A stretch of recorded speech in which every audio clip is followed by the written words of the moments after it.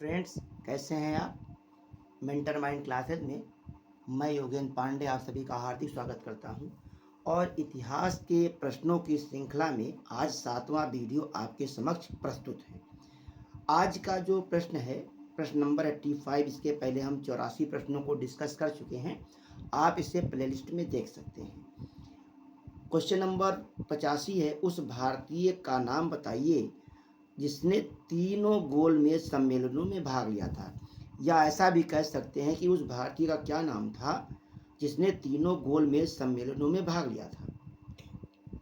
तो ऐसे व्यक्ति का नाम है B.R. अम्बेडकर, यानी भीमराव अम्बेडकर ऐसे व्यक्ति थे जो तीनों गोलमेज सम्मेलन में पार्टिसिपेट करने गए थे। महात्मा गांधी केवल दूसरे गोलमेज सम्मेलन में भाग लेने गए थे। और इस प्रकार से कुल 3 गोलमेज सम्मेलन हुए। तो प्रथम गोलमेज सम्मेलन 1930-31 में, द्वितीय गोलमेज सम्मेलन 7 सितंबर 1931 से दिसंबर 1931 में हुआ। लिख लेते हैं। तो 3 गोलमेज सम्मेलन हुए। तो प्रथम गोलमेज सम्मेलन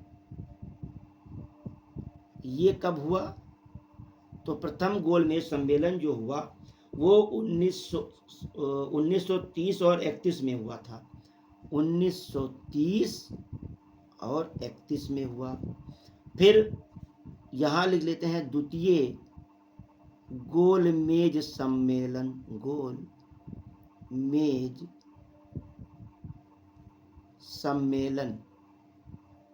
द्वितीय गोलमेज जो सम्मेलन है वो 7 सितंबर 1931 से, कब? 7 सितंबर 1931 से 1 दिसंबर 1931 तक चला। फिर तीसरा गोलमेज सम्मेलन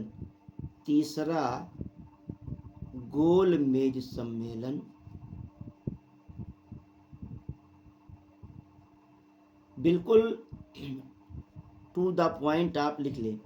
तीसरा गोलमेज सम्मेलन 17 नवंबर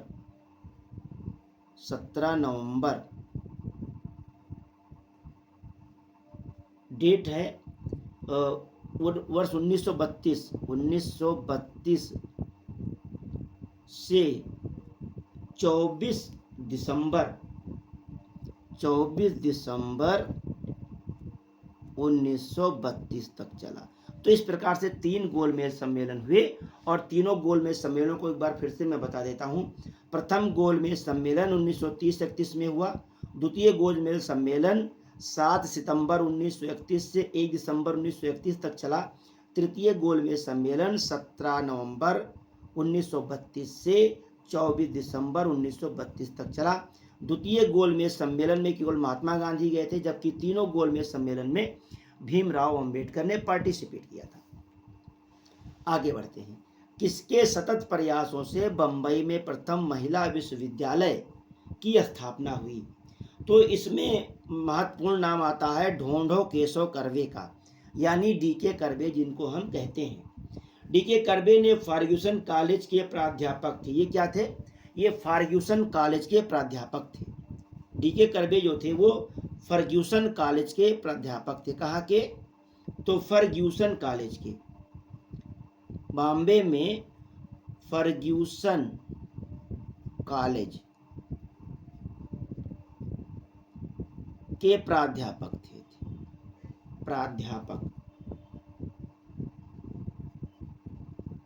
कौन? D.K. कर्वे। इन्होंने 1893 में एक विधवा ब्राह्मणी से विवाह किया था। ब्याह नहीं, मतलब विवाह। 1893 में इन्होंने एक विधवा ब्राह्मणी से विवाह किया। 1899 में पूना में विधवा आश्रम स्थापित किया। कब? 1899 में विधवा आश्रम तो कहाँ स्थापित किया? पूना में। 1899 में विधवा आश्रम पूना में स्थापित किया इन्होंने। 1906 कब 1906 में प्रथम भारतीय महिला विश्वविद्यालय की स्थापना की। प्रथम भारतीय महिला विश्वविद्यालय की स्थापना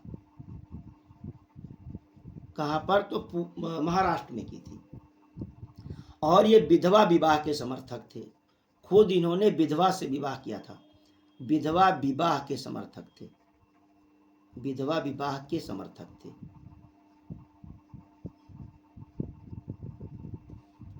लखनऊ में 1857 के स्वतंत्रता संग्राम का नेतृत्व किसने किया? बहुत इजी क्वेश्चन है। तो 1857 में लखनऊ में जो विद्रोह हुआ वो 4 जून को प्रारंभ हुआ। कब? तो ये 4 जून को प्रारंभ हुआ। 4 जून 1857। और कौन थी? तो बेगम हजरत महल थी। अपने बेटे बिरजिस कादिर, इनका जो बेटा था वो था अल्पवयस्क बेटा, क्या नाम था? बिरजिस कादिर।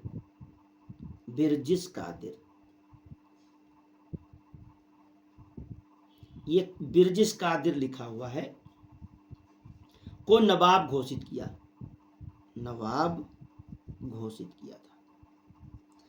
और अंग्रेज इसको मानने से इनकार कर दिए थे। क्यों? क्योंकि अवध पर तो कुशासन का आरोप लगा करके इसको अंग्रेजों ने अपने इंग्लिश साम्राज्य में शामिल कर लिया था। ब्रह्म समाज की स्थापना राजा राम मोहन राय ने की थी। ब्रह्म समाज की स्थापना किसने की थी? तो राजा राम मोहन राय ने की थी। और 1828 में ब्रह्म समाज की नींव रखी गई। ब्रह्म समाज की नींव रखी गई। कब? 1828 में। देवेंद्रनाथ टैगोर ने कलकत्ता के जोरासाकी में तत्वरंजनी सभा की स्थापना की थी। कौन? तो यहाँ पर एक नाम है देवेंद्रनाथ टैगोर। इन्होंने तत्वरंजनी सभा की स्थापना की थी। कौन सी सभा? तत्वरंजनी सभा की स्थापना की थी। सभा की स्थापना।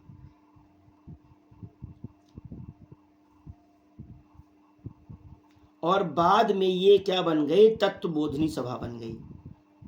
तत्वबोधिनी सभा के नाम से इसको जाना गया। बाद में ये क्या बन गई? तत्वबोधिनी सभा बन गई। और एक व्यक्ति आता है केशव चंद्र सेन। एक व्यक्ति आते हैं केशव चंद्र सेन। तो केशव चंद्र सेन ने भारतीय ब्रह्म समाज की स्थापना की थी। यही लिख देते हैं, केशव चंद्र सेन ने भारतीय ब्रह्म समाज की स्थापना की, जो इसी ब्रह्म समाज का एक पार्ट था। भारतीय ब्रह्म समाज की स्थापना की। ये ब्रह्म समाज का ही एक पार्ट था।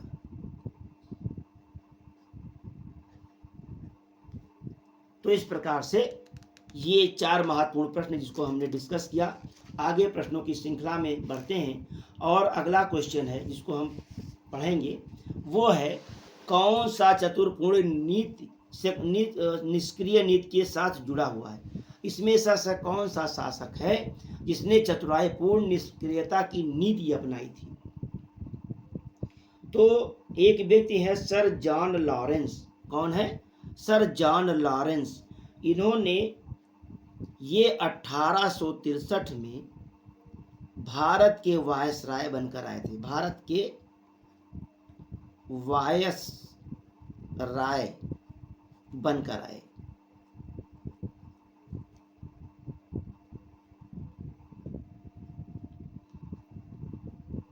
इनके समय में भूटान का महत्वपूर्ण युद्ध हुआ था। भूटान का युद्ध हुआ। किसके समय में? इस जॉन लॉरेंस के समय में। और ये जो युद्ध हुआ था वो 1865 में हुआ था।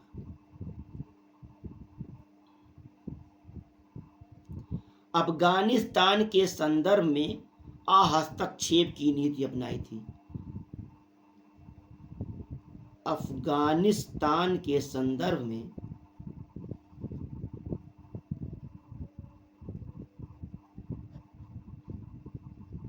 हस्तक्षेप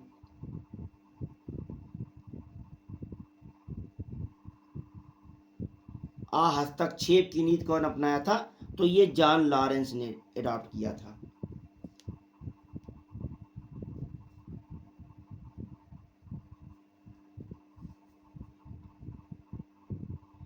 यहाँ पर एक लॉर्ड मेयो हैं, ये 1869 में वायसराय बनकर भारत आए। वायसराय बनकर भारत आए। इनकी हत्या कर दी गई थी, गोवा में इनकी हत्या कर दी गई थी।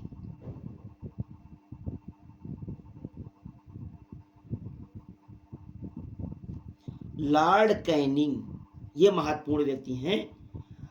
भारत में कंपनी द्वारा नियुक्त अंतिम गवर्नर जनरल थे। कंपनी द्वारा नियुक्त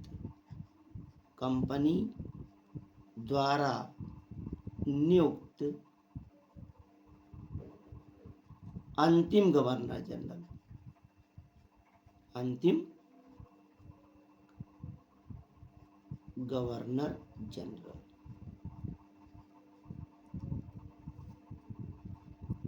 और लॉर्ड विलियम बेंटिक का नाम सती प्रथा के सुधार, सती प्रथा प्रतिबंध के लिए जाना जाता था। प्रतिबंध, लॉर्ड विलियम बेंटिक ने सती प्रथा पर प्रतिबंध लगाया था और बेंटिक ने सरकारी सेवाओं में भेदभावपूर्ण व्यवहार को खत्म करने के लिए 1833 में जो एक्ट आया था, भारत सरकार अधिनियम 1833, उसमें 1833 के एक्ट में धारा 87 जोड़ा गया। धारा 87 जो भेदभाव को, यानी इसके अनुसार योग्यता के अनुसार नौकरी, धारा 87 योग्यता के अनुसार सेवा, है ना। तो एक बार फिर से समझ लेते हैं कौन सा चतुराईपूर्ण निष्क्रियता के नीति के साथ जुड़ा है। तो नाम आता है सर जॉन लॉरेंस का। ये 1863 में भारत के वायसराय बनकर आए थे। भूटान के साथ 1865 के युद्ध के समय ये रहे। अफगानिस्तान के साथ इन्होंने हस्तक्षेप की नीति अपनाई थी।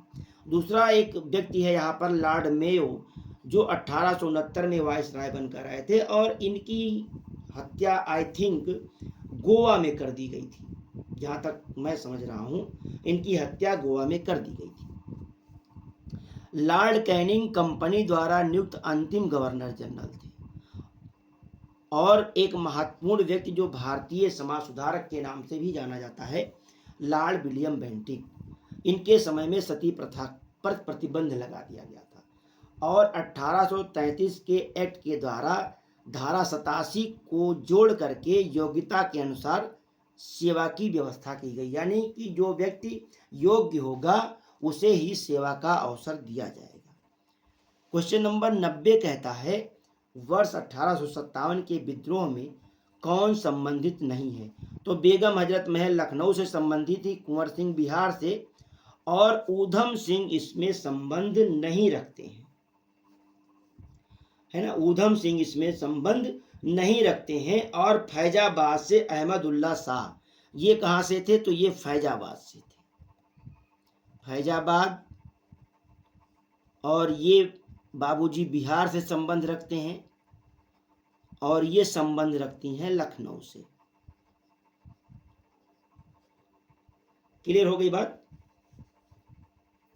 कैंपबेल ने बेगम हजरत महल के विरुद्ध संघर्ष किया था और यहाँ पर जो 1857 का संग्राम हुआ था लखनऊ में, उसने कैंपबेल ने दबाया था लखनऊ में। और इसमें एक व्यक्ति है ऊधम सिंह। ऊधम सिंह ऐसे व्यक्ति थे जिन्होंने जनरल डायर को गोली मारी थी। जनरल डायर, वही जनरल डायर जो जलियांवाला बाग हत्याकांड से संबंध रखता है, गोली मारी। जनरल डायर को कब गोली मारी? 1940 में। तो ऐसे भी अगर आपको पता है कि ऊधम सिंह 1940 में लंदन में जनरल डायर को गोली मारे थे, तो आप जान सकते हैं कि 1857 के विद्रोह में तो ये पैदा भी नहीं रहे थे, पैदा ही नहीं हुए थे, तो हो नहीं सकते हैं। निम्नलिखित में कौन लगातार 6 वर्ष तक भारतीय राष्ट्रीय कांग्रेस का अध्यक्ष था?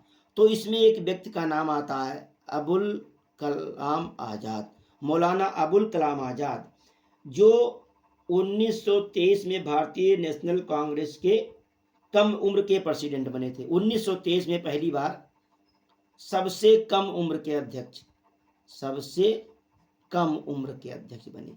कम उम्र के अध्यक्ष किसके? कांग्रेस के। सबसे कम उम्र के कांग्रेस के अध्यक्ष थे। 1940 से और क्या 1940 से 1945 तक कांग्रेस के अध्यक्ष थे। क्यों? क्योंकि द्वितीय विश्व युद्ध चल रहा था, तो इस समय कांग्रेस की कोई मीटिंग नहीं हुई, कांग्रेस का कोई चुनाव नहीं हुआ, तो ये लगातार 6 वर्षों तक कांग्रेस के अध्यक्ष बने रहे। अगला प्रश्न है, प्रश्न नंबर 92 है। इसमें कथन और कारण का प्रश्न है। कथन और कारण का प्रश्न है। ये प्रश्न ये कह रहा है कि कथन ए कहता है कि 1750 ईस्वी तक मराठा साम्राज्य पेशवा की अध्यक्षता में एक परिसंघ बन गया था। प्रश्न देखिए, प्रश्न अब दिखेगा आपको, थोड़ा सा वीडियो, हाँ अब देखिए, अब प्रश्न दिखेगा। प्रश्न नंबर 92 है कि 1750 ईस्वी तक मराठा साम्राज्य पेशवा की अध्यक्षता में एक परिसंघ बन गया। अब इसका कारण क्या कह रहा है कि साहू के उत्तराधिकारी पेशवा की इच्छा पर निर्भर थे। तो इसमें हो जाएगा दोनों सही है ना, ए और आर दोनों सही है, तथा ए आर ए की सही व्याख्या करता। अब इसमें घटना क्या घटी? संगोला की संधि के बाद साहू के उत्तराधिकारियों की पेशवा के समक्ष कोई हैसियत नहीं रह गई। यानी जब संगोला की संधि हुई, संगोला की संधि जब हुई, तो इस संगोला की संधि जब हुई तो साहू के जो उत्तराधिकारी थे, साहू के उत्तराधिकारी